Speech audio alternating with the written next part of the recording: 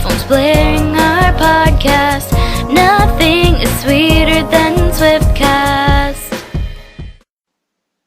Hey guys, welcome to episode 40 of Swiftcast. This is Ashley.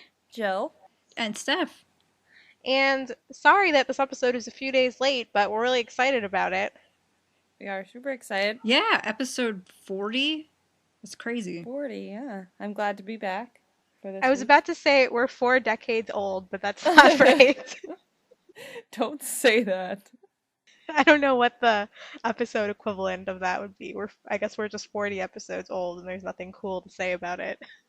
Well, Taylor has had some exciting things happen this past week. Some very exciting things, numbers-wise.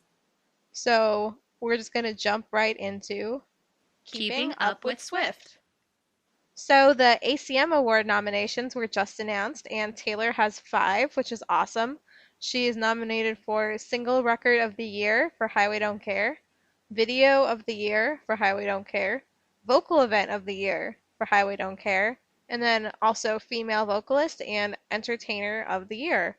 So the voting is going to start on March 24th at acmcountry.com. And then the show is going to air on CBS on April 6th, and that's going to be hosted by Blake Shelton and Luke Bryan, so that should be awesome. And I think it's really cool because last ACM Awards was the first performance of Highway Don't Care, and now it has all these nominations. I feel like the ACMs just happened. I know, I feel like that too, when How she was can it with be- Kevin McGuire and everything. How can it be a year already? Well, it's still 2 months away. Yeah. She better win every single one of these awards after what happened at the Grammys. Yeah. Every single one. And we remember what happened with Entertainer of the Year last year for the ACMs. Oh, yeah. With the website said Taylor was the winner, but Luke Bryan won. And we love Luke, but I'm guessing that means she actually won the fan vote. But there's a provision in the voting rules that says it's also based on the actual ACM people's votes. I've never really kind of been bitter about awards, but since the Grammys, I've turned slightly bitter, and I only want Taylor to win everything. Well, I'm pretty sure anytime there's a fan vote, I can't see her ever not winning. No, me neither. However, today it was announced on the radio that Katy Perry, the most followed person on Twitter, but yet I still think Taylor gets, the majority of fan-voted things. Yeah, I was kind of confused about that. I think that just goes to show that, it's not just people on Twitter that are voting. It really is all the fans everywhere. That's true. Yeah, I think Taylor will definitely have a good shot at some of these ACM awards, though. Highway Don't Care was a huge hit. And I think she always has a good shot for Entertainer of the Year. It just depends on how they do it this year. Maybe they'll feel bad about last year. After 2013, she deserves it. That was her year. Yeah, their website said she won, so I feel like she always gets gypped on Female Vocalist of the Year nominations. yeah, I agree. She'll get the nomination, but they won't give it to her. She'll always get female country vocalist, but she'll never get the actual female vocalist of the year. Even with country vocalist, I feel like Miranda Lambert wins at every single award show. I do too. Yeah. This year, though, I'm wondering if maybe Casey Musgraves will win that I category. could see that. But you're right. I think it's been the past 4 years Miranda has won that category. I'm not completely sure on that, but Taylor has not won that category. I mean, on the one hand, it's never bothered me that much because even Taylor says, her focus is her songwriting. She knows that, there are some people with just stronger voices than her, and that's fine. But at the same time, she's so well-rounded and plays every instrument, and, I don't know, I just feel like she deserves it every once in a while. But then again, it's not even that people have stronger voices. Her voice is still one of the top ones out there. She has never, ever lip-sunk. Well, that's another reason why I think she deserves it, because I'm not saying Miranda or anybody else necessarily has, but somebody who goes out there and sings live with their instruments every single night deserves it. And she can belt them out live. She really doesn't need, she can do an acoustic song and sound exactly the same as she does in a pop song, and it just really goes to show that it's her actual voice and not them, editing her voice.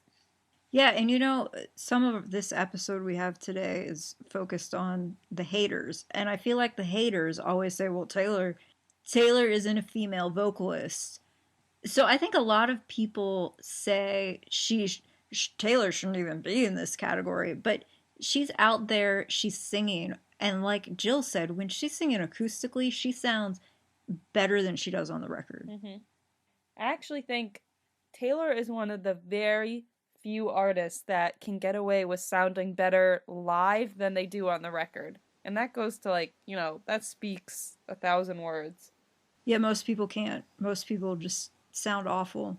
And I think based on some of the Grammy performances, that's easy to see. Some people just aren't as good live, but Taylor just nailed it, and she does every time. Speaking of some of Taylor's recent performances and the Grammys, since the Grammy performance of All Too Well, which was about 2 weeks ago now, it has skyrocketed up the charts, which I'm sure we could have predicted. But according to Amazon, on Amazon's online music sales, it jumped 16,000%.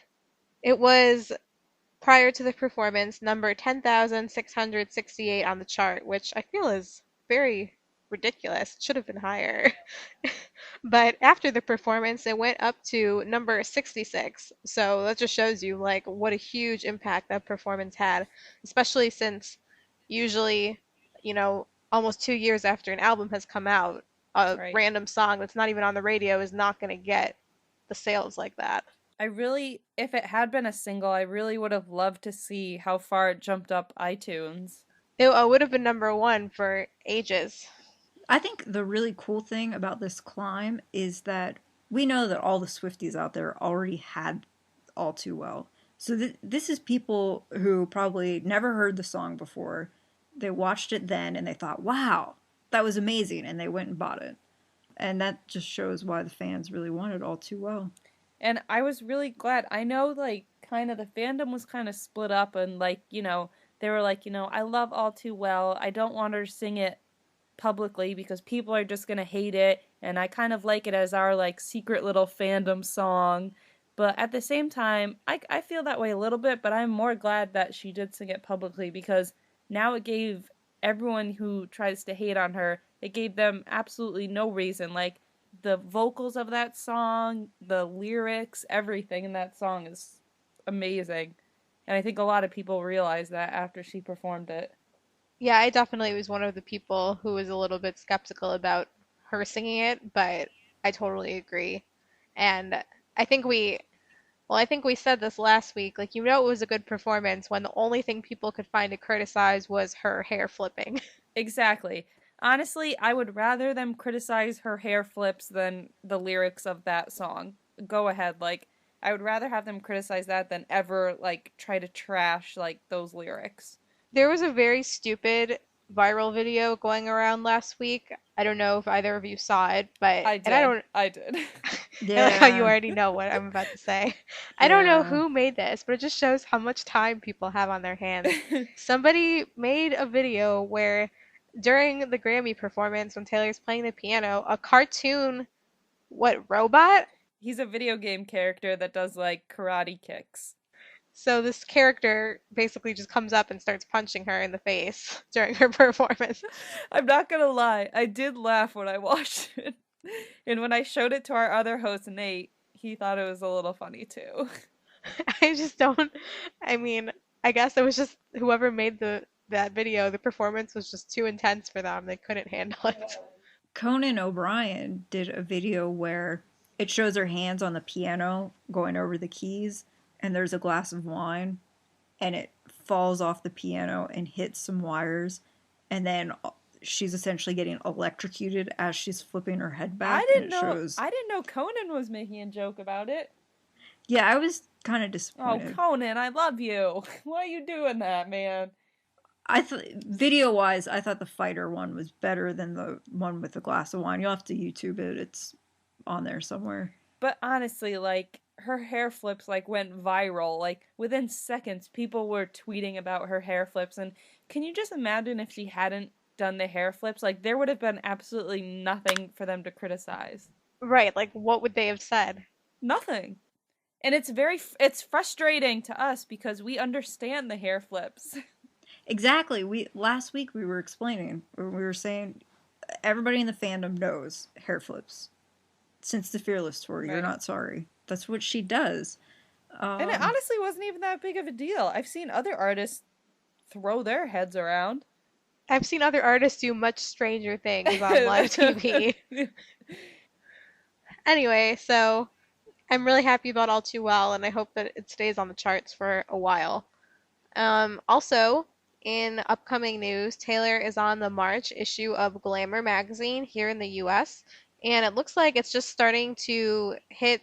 I'm not sure if it's on newsstands yet, but I know some people that subscribe have already gotten it in the mail. So, Well, if actually, on Glamour's website, it says that it'll hit newsstands on February 11th. usually magazines end up coming out, I think, Yeah. earlier than what it says. So probably in the next week it'll be there. And just from the photos and the few quote excerpts that I've already seen, it looks like one of those really amazing interviews. It looks like it's a pretty personal one. I'm definitely going to have to get multiple copies. Yeah. The thing about when Taylor does magazine photo shoots is you can't buy just one copy because you need to buy several because if you want to cut the pictures out, she's on both sides. So you gotta buy like 3 different magazines so you can get every picture. And then you want to keep a copy intact too. Exactly. You gotta buy like 4 magazines. It's really stressful. There should be a subscription where you don't subscribe to like to a single magazine. You just subscribe to all magazines with Taylor on the cover, and they just send them to you. It's also stressful trying to find the perfect copy that's not all bent up. That it takes me 10 minutes to find. So then when you need 4 copies, it just takes Really? even longer. Are yours bent up in where you get your magazines? If people have already been looking through them and stuff, yeah. Oh, you guys need to talk to your magazine people. I think it's because I live in such a small place that nobody cares about the magazines. Except me. So our last piece of news for this week is kind of a cool little story that I read on Taylor Connect. As you guys know, the Taylor Swift Education Center opened in Nashville towards the end of 2013.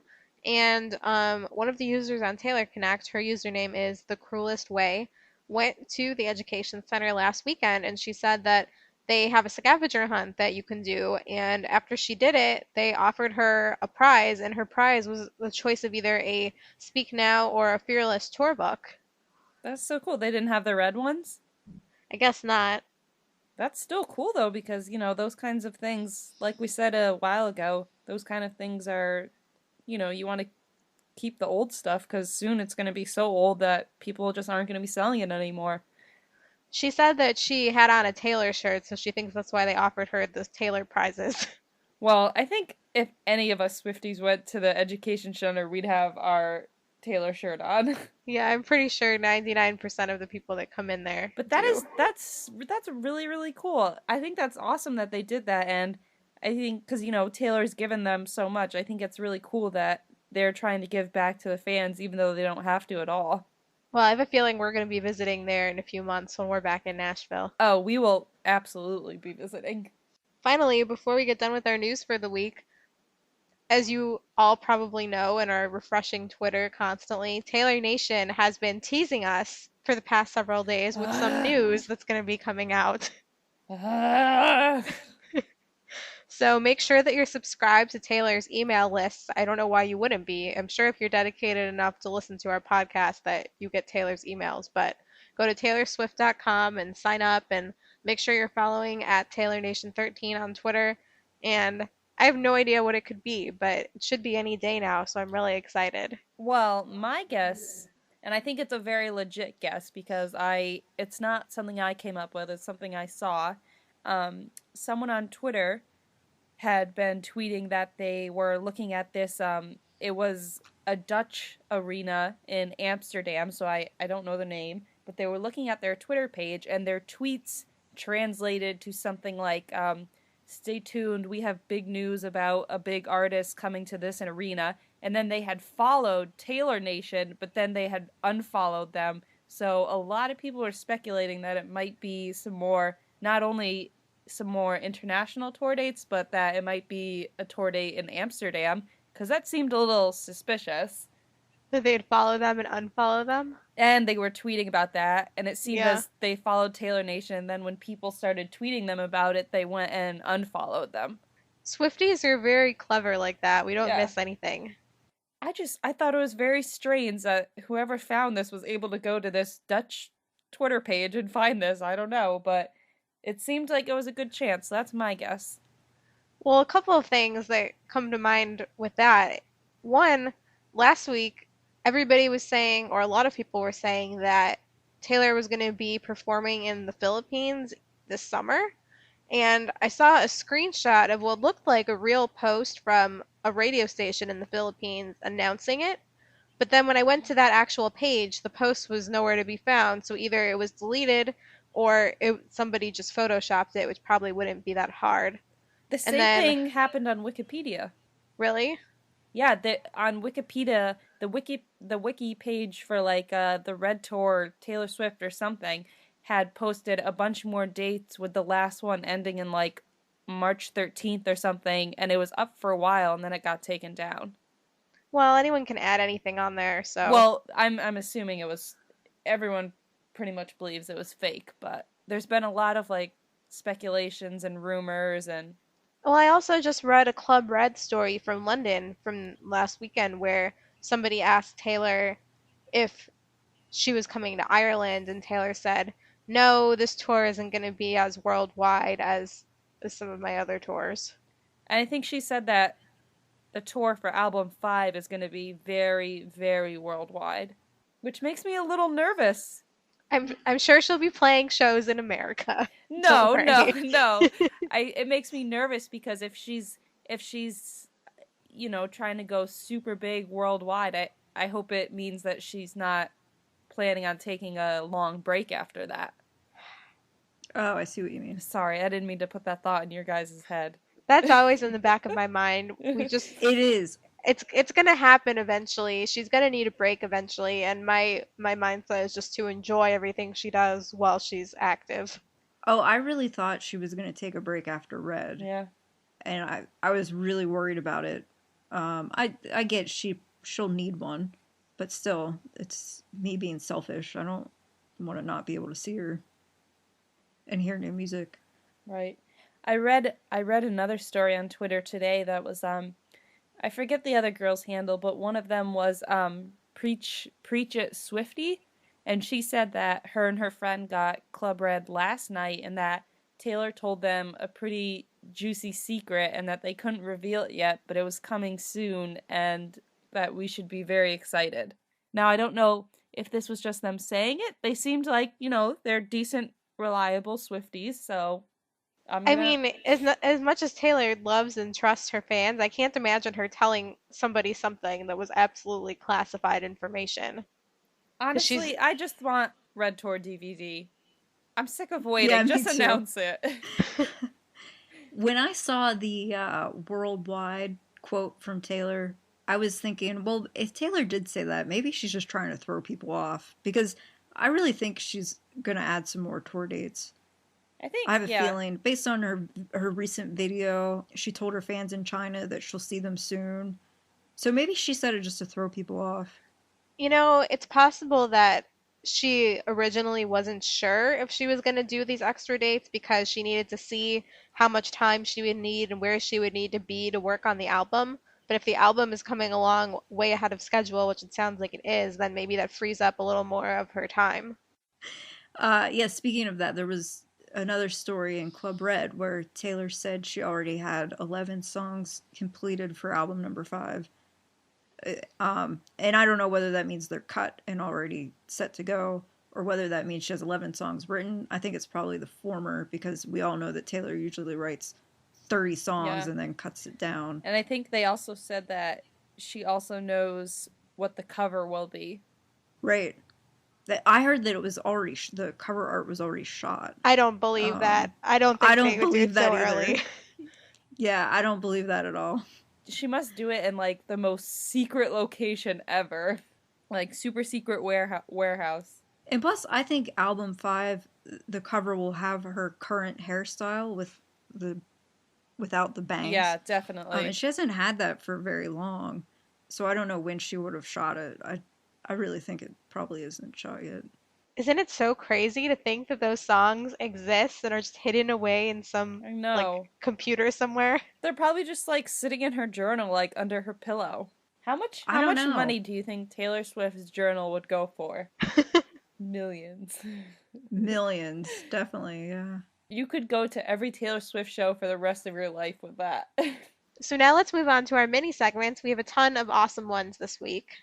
Our first one is from @TaylorWaters13 on Twitter, who says, "It feels like a perfect night to watch Once Upon a Prom from 2008 on YouTube." And I think this is an awesome submission because I actually recently rewatched that show just a couple weeks ago and just relived how glorious it was. Aww. I've actually never seen that. Me neither. Oh, it's so fun. Abigail's on it. And it's like an MTV special they did in 2008 where she picked a guy to go to prom with. And it just goes through the whole getting ready and going to the prom. I can't believe I've never seen it. She's just so amazing. Just look it up on YouTube. It's only 40 minutes maybe. Well, that's 40 new minutes of Taylor I get to see. I know. Yeah, I'm definitely going to watch that. Me too.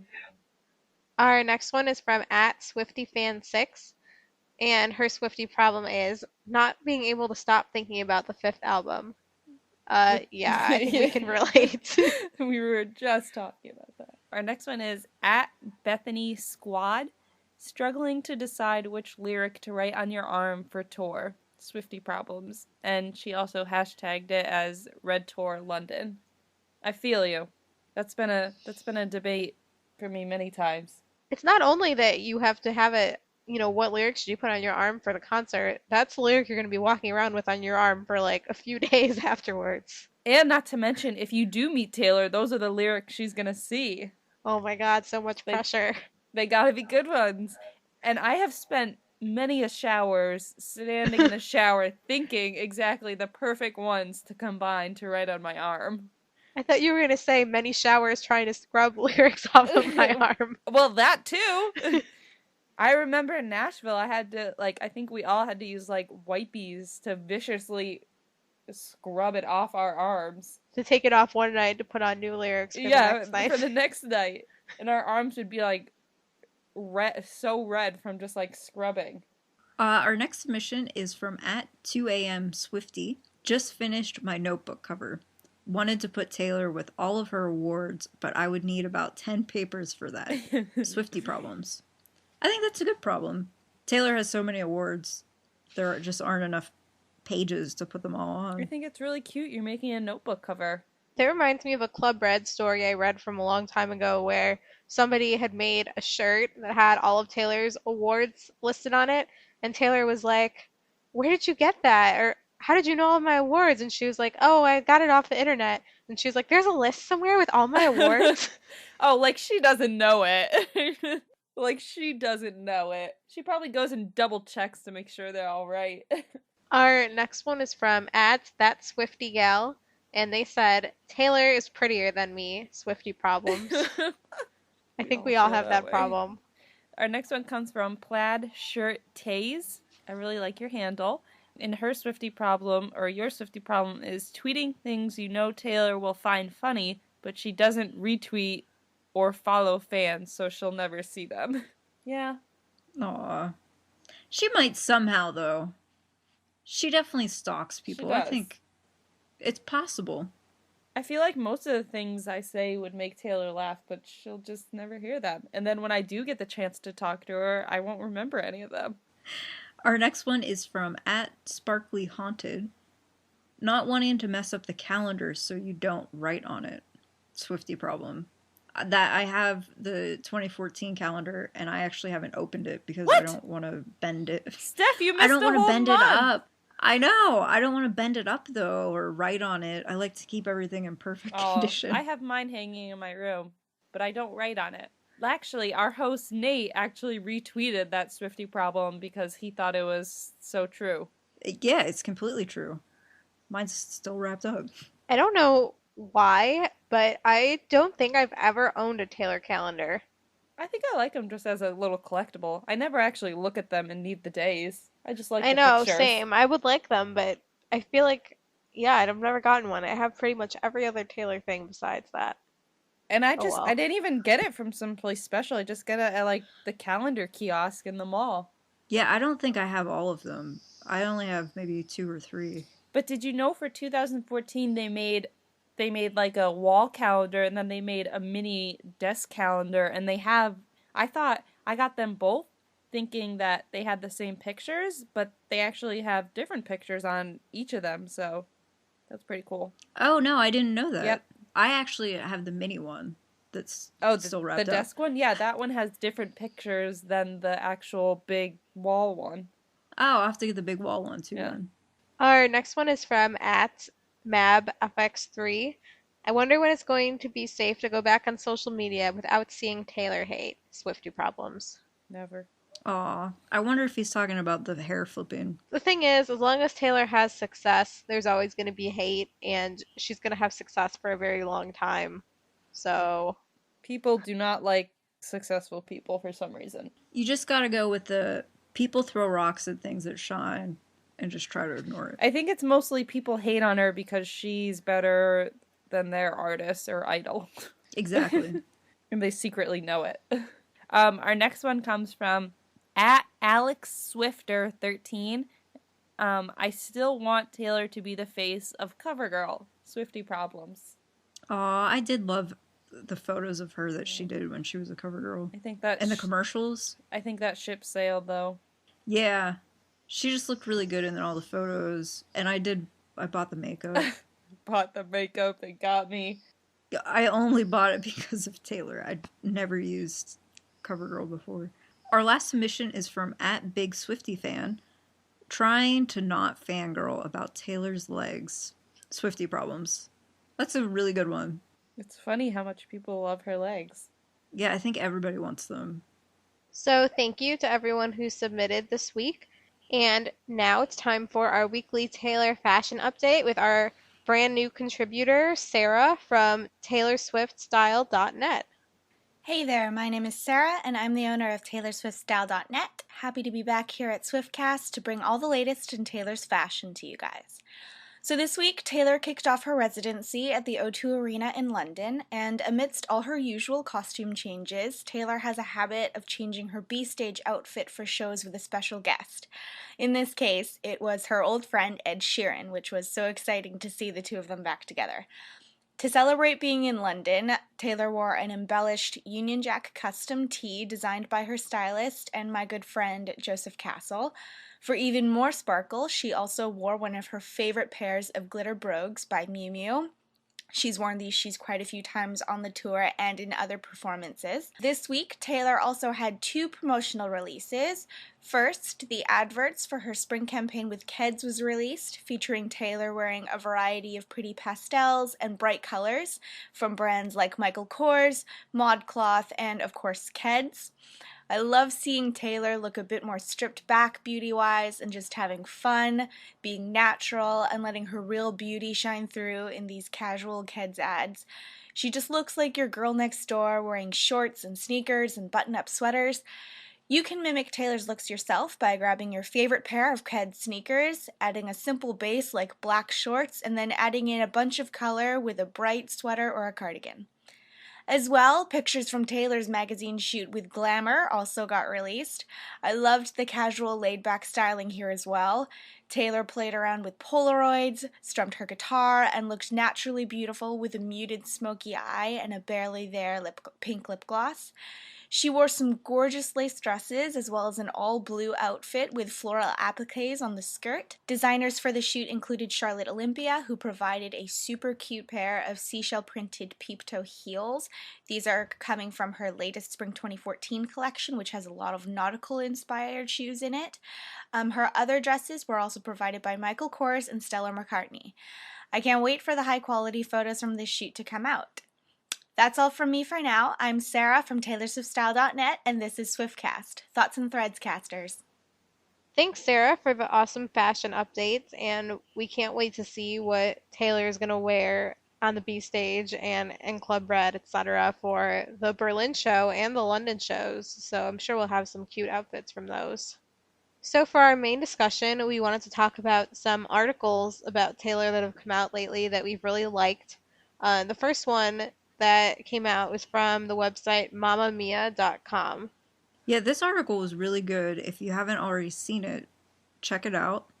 We wanted to talk about a couple excerpts that we really liked from the article.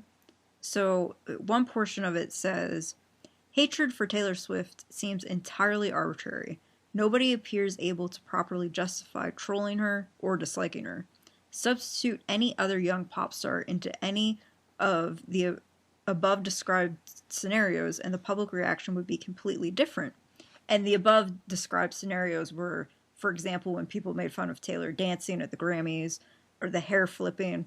And then the author goes on to say, if Jennifer Lawrence was caught dancing terribly at a concert, we'd make a million memes saying, look at J-Law, she's just like us. She's so goofy and lovable. If Katy Perry dated a One Direction singer and wrote a song about it, she'd then dress up as a cupcake and we'd fawn all over her again. If Rihanna performed at a Victoria's Secret show, we would not dare compare her body to Miranda Kerr's. And I don't think that's not dissing any of those artists. That's just, saying that those artists don't... I understand that everyone gets hate, but they don't get the kind of unjustified hate that Taylor gets. Yeah, exactly. I love Jennifer Lawrence. Yeah. And I do think she's goofy and lovable. And it's completely true. If she was dancing... Mm-hmm. It is. And Taylor doesn't dance terribly, but say she was just dancing, people would love that and just eat it up. Yeah, for Taylor, they're just, oh, she's just looking for attention for herself. No, she wants to have fun. She doesn't care if she's not dancing for the camera. Like, do you see her? If she was dancing for the camera, she'd actually not try to look goofy. Sometimes I wonder if people single her out just for the fact that she's so tall. Maybe. Not just like, I don't know. It's just, I just don't understand, honestly, like what makes her really stand out from anybody else. Like Jennifer Lawrence, what they said is so true. Nobody would hate on her for dancing. But if you want to compare her success to Taylor's acting wise, she pretty much has the same level of success. She didn't come out of nowhere, but she got very popular very quickly and has been up for, every single award at a pretty young age. So I don't see how that's any different from Taylor or why I don't see what the difference is. My favorite part of this article is where it says, nobody appears able to properly justify trolling her or disliking her. And it's so true. People, whenever you ask somebody, why don't you like Taylor Swift? Their answer is always, I just don't like her. Or, she dates a lot of guys. Or, she's an attention, what. But that's not justifying it because that's not true. You're not backing it up with anything. Simply saying, I don't like them because I don't like them. One of the instances I can think of that completely cut against the whole she dances to get attention is when she was at the CMAs at the very end of the show. She was dancing with Scott Borchetta to Wagon Wheel. And the cameras were not on her at all, but she was just out in the aisles, just dancing, looking adorable. And some fan got it on his or her phone and put it online.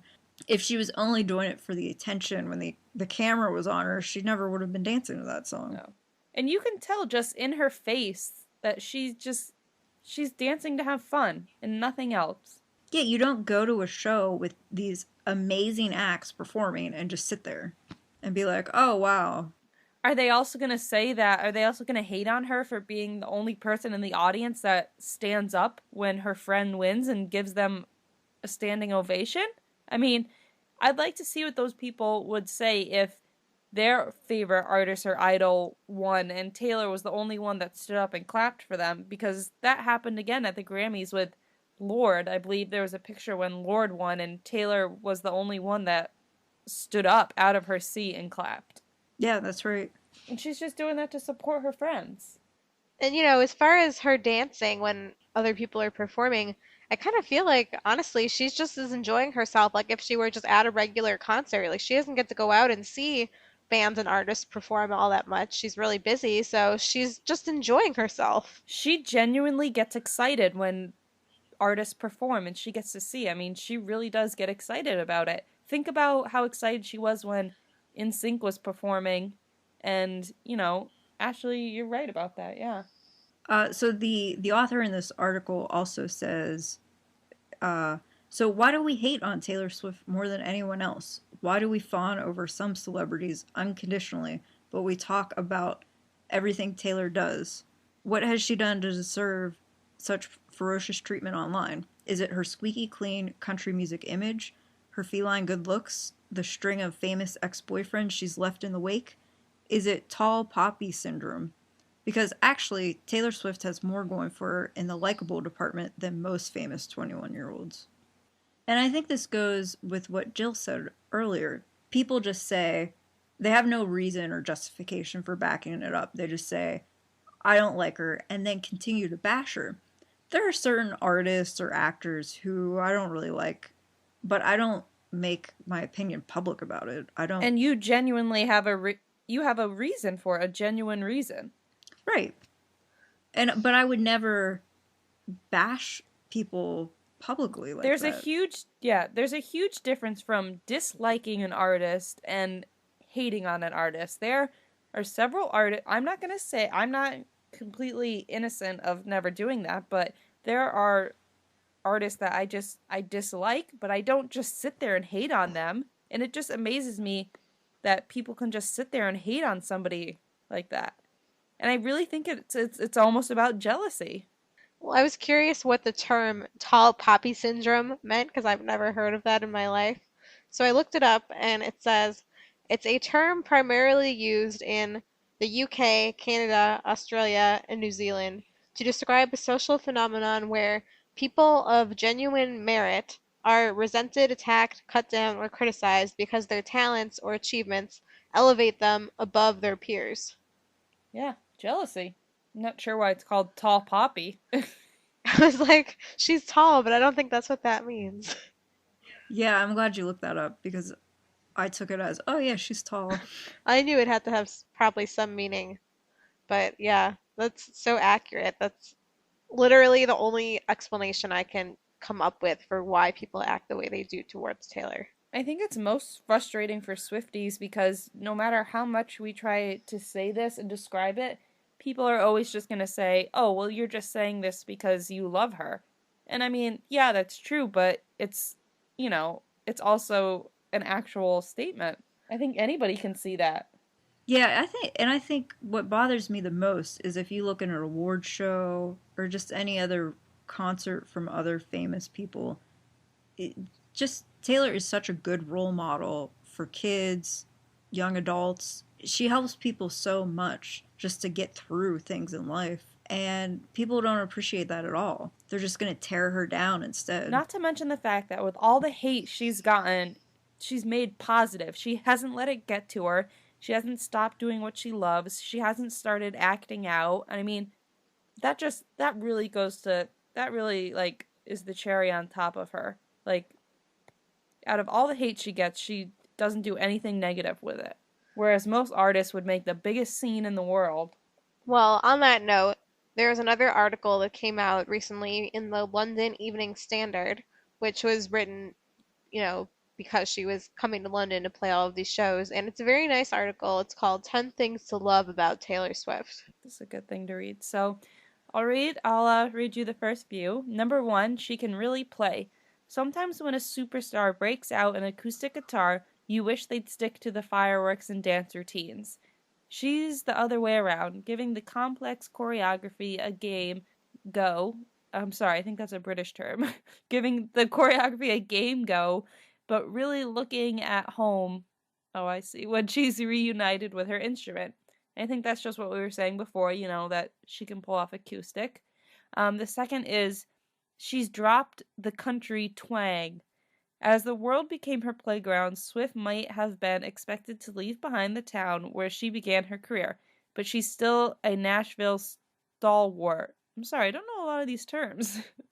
One who can now afford to donate $4 million to establish the Taylor Swift Education Center at the Country Music Hall of Fame. No wonder the country establishment still adores her. Last year, she won the Rare Pinnacle Award, given only once before to Garth Brooks at the scene's biggest ceremony of the CMA Awards. And I believe that almost every country artist that was there said she deserved it and that was her home. And the third one is she's so uncool that she's cool. She's writing about her real life, showing that she gets hurt and cries, not presenting her life as an aspirational fantasy. The authenticity she brings to her music makes fans warm to her. 4. She wins at losing. At the Grammys, even though she went home empty-handed, she carried on dancing to other people's music and having a great time regardless. Not to mention, she went to tons of after parties and had so much fun. She was so actually grateful for all her friends winning. And number 5, the legends love her. Stevie Nicks said Taylor is writing for the universal woman and the man who wants to know her. And it's women like her who are going to save the music business. That was really nice. I didn't know she said that. Yeah, that's a really good point. People can't sell albums anymore, but Taylor can. Who else can sell over 1 million copies of an album in the first week? People just don't buy CDs anymore, but Taylor's fans always do. Yeah, and not only Stevie Nicks, but a lot of people say that she's saving the music industry.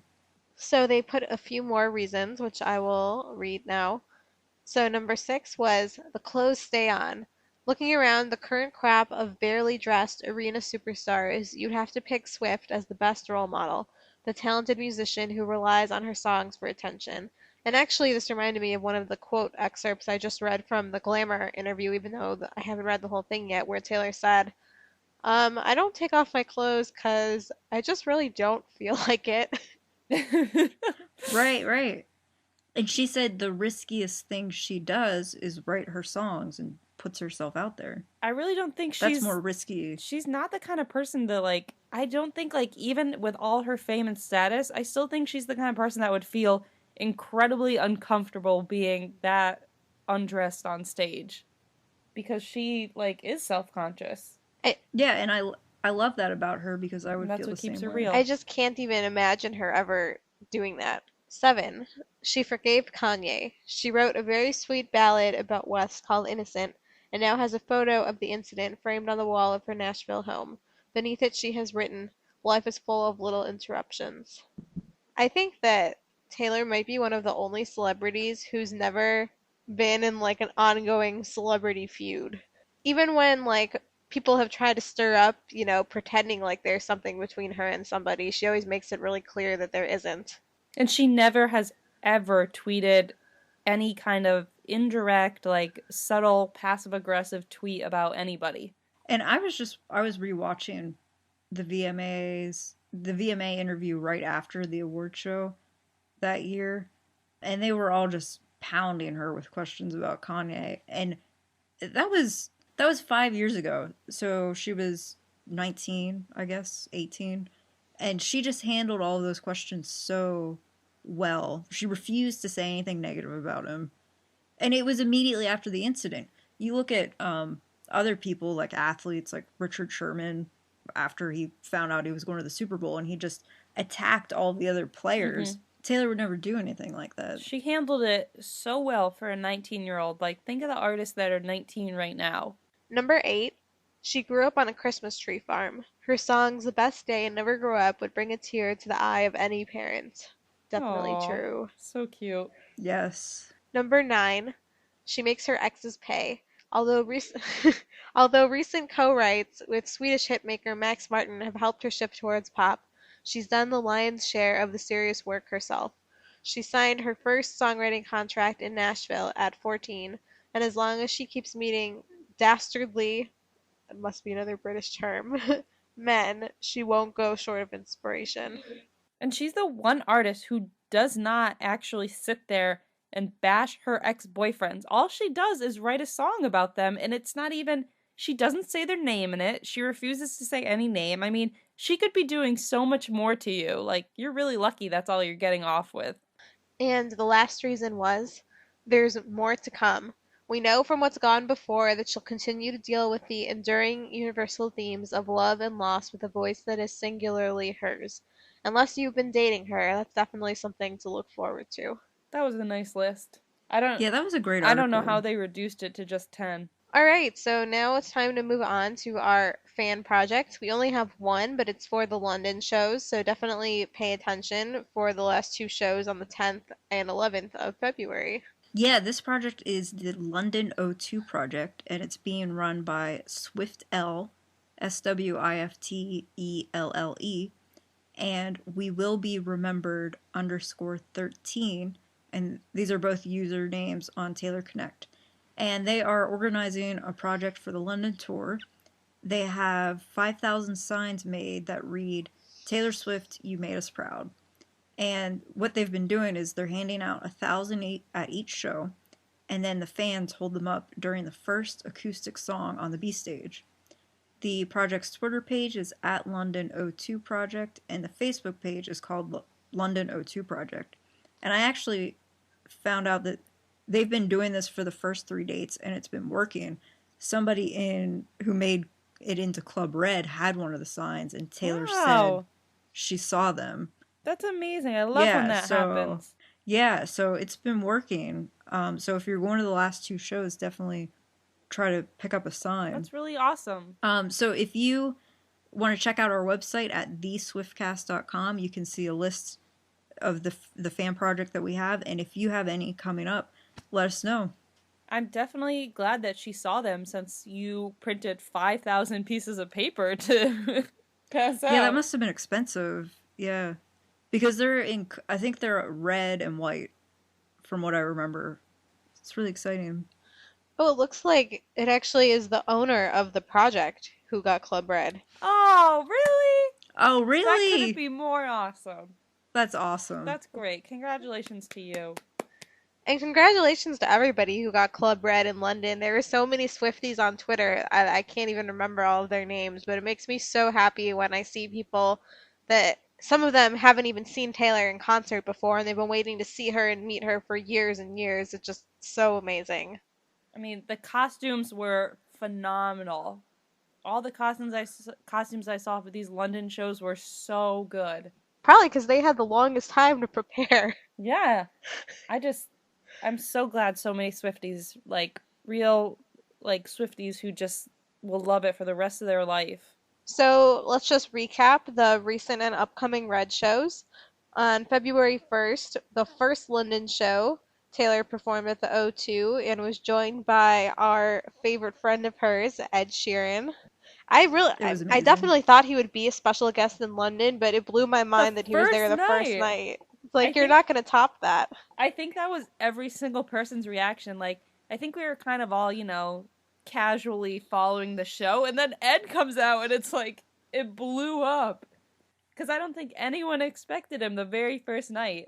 No, I would have thought the last night.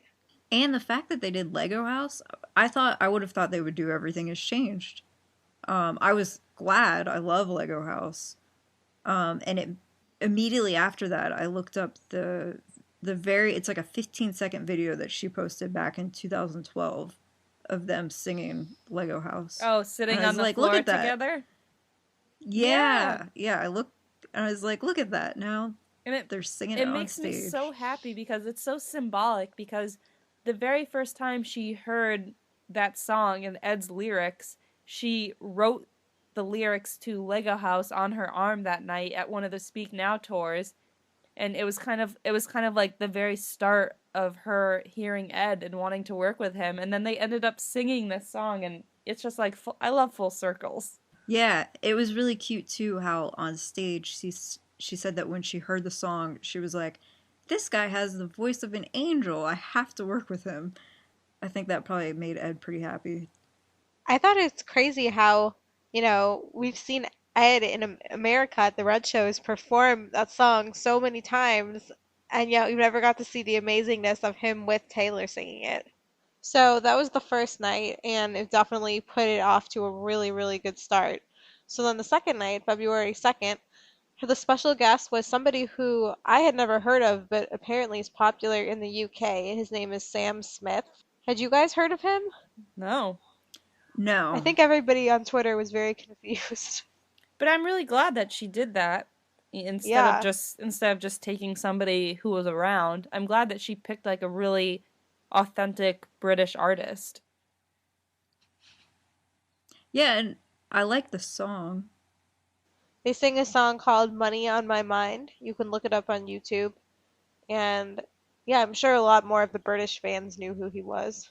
And then yesterday, February 4th, Taylor performed once again at the O2, and the special guest was Danny O'Donoghue from The Script, who started out in the UK but now is really popular in America too. And they sang one of Taylor's favorite songs, which is Break Even, and that I just watched the video. I loved it. One thing that I noticed about all three of the special guests so far, so Ed, Sam, and Danny, all of the songs that they sang together were very like mellow, like male rocker songs, like very different than the types of songs Taylor usually does with her special guests. I think that's why she picked them to do it, because she just, wanted something different. Like a lot of the songs that Taylor did with her special guests on the road tour are songs that I feel like complemented Taylor's vocal style and, They are kind of poppy. right. These were just like I feel like a totally opposite style from everything we usually hear from Taylor. I think she really just took songs that she really liked and just kind of found those artists and was like, "Can I please perform with you?" And they were like, "Can I please perform with you?" I think it's really cool that she had a guest every night, though, in those London shows. So do we think she's going to have 2 more guests for the 2 more London shows? Yes. I think so. I heard a story in Club Red. More Club Red stories. Yeah, I heard a story that she said she saved the best one for the last date. Oh boy. But in my mind, that would be Ed. Who's better than Ed? He's from the UK. Yeah, maybe he'll come back. Maybe it'll be Ed again. Yeah. Does she mean the best one for the London shows or the best one for the whole tour? It sounded like the London shows. Oh, okay. And it sounded like she said she would have one for each London show. Who is better? I don't know. I can't remember where. I think I saw it on Twitter somewhere. I can't remember. One Direction's Guys, just gonna obviously jump it's on gonna. I stage. was gonna say that. Obviously, it's One Direction. They're just gonna jump on stage.